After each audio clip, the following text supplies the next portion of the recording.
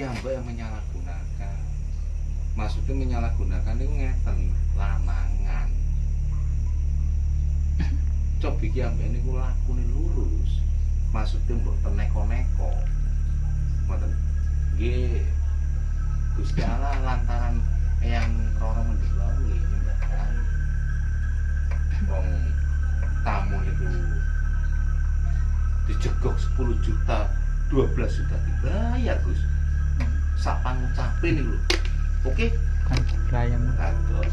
Tapi mandi Membuat belayang. anane. Istri Membuat belayang. Milo niko Apa nang ini? wantun gaya kula kan sawatus. Ini kalau tidak ada unsur perdukunan gitu terus Tapi sebenarnya sejarah Roro Pendut itu sendiri kok sampai disalahgunakan sejarah asli ini. maksudnya disalahgunakan Ya tempatnya ini disiaroi nah tujuan sing nyimpang ngoten. Sejarah itu sendiri. sebetulnya bukan tujuan nyimpang. Ning anak tadi bukan tujuan nyimpang, cuman Ki Ambo ini salah jalan. Bukan tujuannya, kalau tujuannya satu, ibarat kalau orang Jawa ngomong ngabekti sama yang ayu orang ngumpul. Nah, tapi di belakangnya itu dia nyimpang, bukan nyimpang jelek enggak ya, lanangan. Nah, Mbok Ayu enggak seneng, maksudnya orang yang apa ya, yang datang ke beliau terus dikotori, itu paling apa ya, paling gak suka. Akhirnya ya salah satunya yang meninggal, yang namanya Yanto. Meninggalnya kenapa? Meninggal itu dikatakan penyakit, dikatakan nggak penyakit, dibawa ke dokter tidak ada penyakitnya. Akhirnya saudara Yanto itu sih kalau nggak salah ingat Ambon itu nantang goreng ini Yanto nang kene gak kurang kiai, gak kurang rusak sepi, terjamin waras. Nah, waktu itu kula disanjangi kali dengan dia langsung kula nyeprot nang budal mulai kari bungkus kari buntal terjadi berangkat pulang buntal langsung kirim ini Solo dalamnya di Solo. Niku napa niku sampai ke awal mulai. Ya nek kula ngastani wau Gus, Mbak Ayu itu maunya itu jangan apa nih, kamu datang kamu minta lantaran dibantu lantaran Mbak Ayu, tapi tidak boten saged didamel. Maksudnya nopo perselingkuhan, nopo mesum, nopo bukan suami istri melakukan nopo misalnya perzinahan, boten purun. Kan sudah pernah masuk di tukul jalan-jalan arwana, diusir toh, tukulnya itu diusir, nyata nih dan pulih dan kembali habis tukul, tinggal namanya arwana. Tapi menurut setahu sampean Nyai Roro Mendut itu sejarahnya pripun? Gimana? Kok Yang sampai saya ada mengetahui sejarah Mbok Ayu Roro Mendut itu beliaunya kan ronggeng atau sindir lah kalau bahasanya, bukan kan sindir, tapi dia itu apa ya, berkeliling dari desa ke desa. Sinden. Sinden juga bisa. Nah, pada waktu itu kan beliau bertemu sama Sunan Kalijogo. Nah, dia merasa apa ya, merasa senang atau merasa cinta, tapi Sunan Kalijogo tidak mau. Malah sebaliknya di situ ada yang orang sakti, saya juga mau ngomong dari tadi kok seperti dilupakan, maksudnya nggak boleh diomong mungkin. Itu orang sakti ya senang sama Mbak Ayu, tapi orang sakti tadi nggak berani berhadapan sama Sunan Kalijaga. Akhirnya pelampiasannya daripada apa yang Mbak Ayu itu jadi milik orang, akhirnya dibunuh. Tapi tidak bisa karena Mbak Ayu mempunyai ilmu rawa rontek.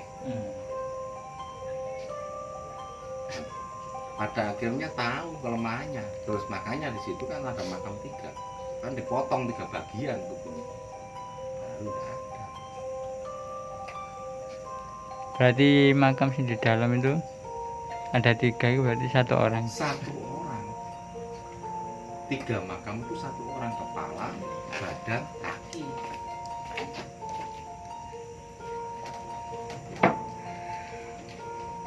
Dan di daerah situ kan banyak peninggalan, salah satu contoh emas, permata, banyak di daerah situ. Termasuk Pak Lurahnya sendiri ingin mengambil benda itu melalui peninggalan dari peninggalan dari Wayu. melalui spiritual. Bukan spiritual. Bukan peninggalan dari Wayu pada waktu zamannya. Dia pesan sama saya, disuruh nyari uang 100 rupiah gambar kelapa tahun 1971. Bawa sini, terus saya tanya, buat apa Pak? Buat narik harta bendanya tadi.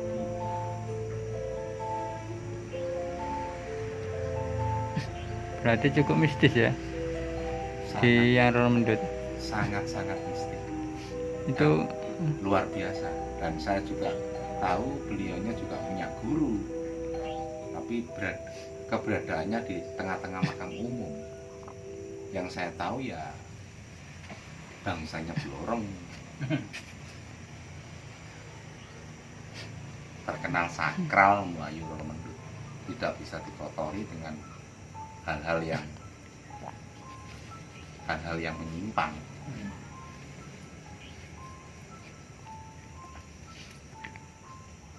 Dan makamnya orang sakti tadi kan berseberangan aja. Mbak Ayu sebelah kiri, yang orang sakti sebelah kanan. Cuman berseberangan. orang sakti yang seneng sama Mbak Ayu tadi. Nah, yang suka dengan Mbak Ayu, tapi Mbak Ayu tidak menanggapi. Karena lebih seneng Kalijogo. Nah, dikarenakan beliau kesengsem sama Sunan Kalijaga.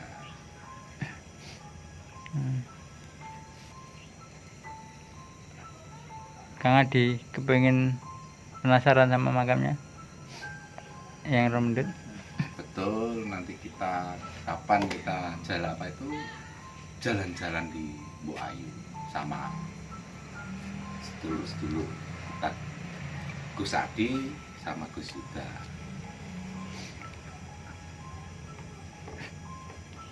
Cukup mistis lor. Berarti kalau aslinya Mbak Ayu Roro Mendut itu asli Majapahit berarti ya? Majapahit, betul Majapahit. Berarti dia ke Surawiti atau ke Dara Pancing itu untuk mengejar Sunan Kalijogo. Betul. Karena cinta dengan Sunan Kalijogo. Dengan Sunan Kalijaga. Tetapi ditolak sama Ditolak. Kok nggak dukun berarti enggak ya? Namanya wali tidak ada dukun bertindak, dukunnya yang kebirit-birit. Berarti cukup mistis ya Gus ya di makamnya Mbak Roro Mendut. di tempatnya Mbok Ayu Mendut itu sangat-sangat sakral, kekuatan mistisnya juga sangat luar biasa, tidak bisa dia dibikin sembrono.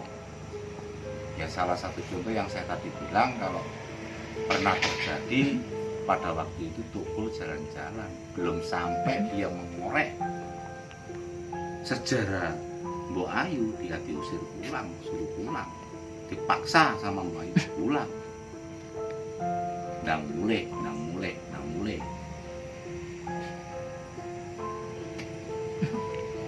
Cukup mistis Pak Adi. Itu perlu besok kita tindak lanjuti. Siap. Perlu Saya kita tergantung. explore lah ya. Lord, Saya tergantung sama saudara saya satu ini. Kalau Gus Yuda kan santai, tapi yang saudara satu ini kan besok lagi dinas. Wah, ini menarik ya untuk dieksplor ini ya. Insya Allah sangat. kita akan cari tempat-tempat keramat untuk pertama ya untuk apa ya. Kita kan selama ini tidak pernah, kita jalurnya kan jalur adem ayam. Nah ini tempat-tempat mistis ini Keramat dan goibnya keras. Kita ikut. cukup seru.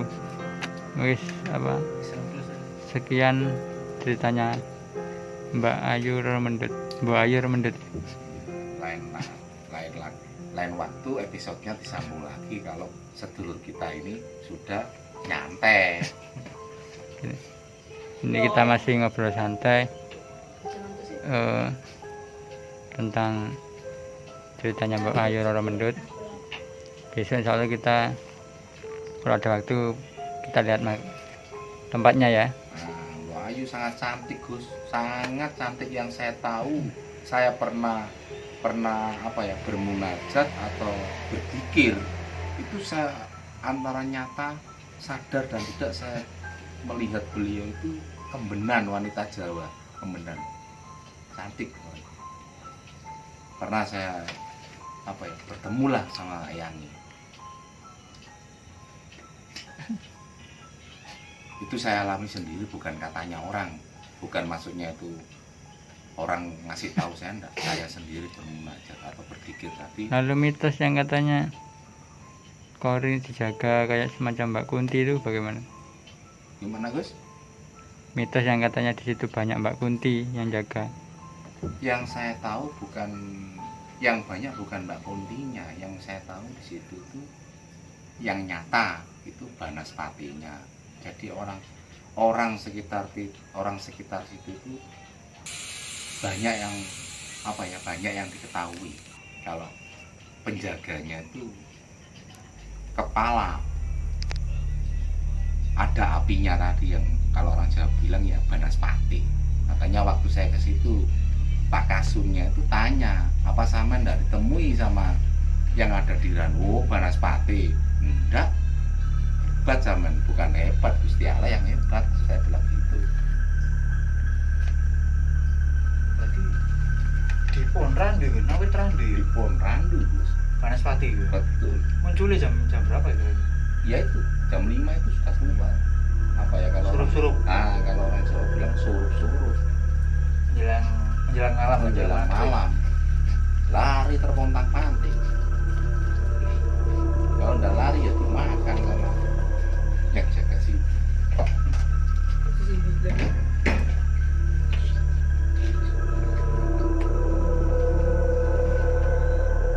Bahkan pernah ada bukaji.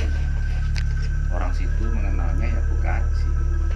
Nah bukaji tadi itu sama orang laki, nggak tahu yang lakinya itu apa suaminya, apa sebaliknya itu kalau orang Jawa ngomong gendaan itu pernah ketempelan. Itu juga ngomong kalau Mbak Ayu itu nggak bisa dikotori, harus betul-betul bersih. bersih betul, beliau itu rogeng, tapi kan dia maunya kan orang itu bersih. Kalau sudah apa ya, kalau Raja bilang itu ngawuloh di situ. Oke, mungkin cukup sekian Cukup sekian. cerita Mbak Ayu. Kita nanti episode kedua langsung ke tempatnya ya. Kita sambut lagi. Oke, Lur, sekian dulu kita semua mau pamit, ini sudah malam. Assalamualaikum warahmatullahi wabarakatuh. Waalaikumsalam.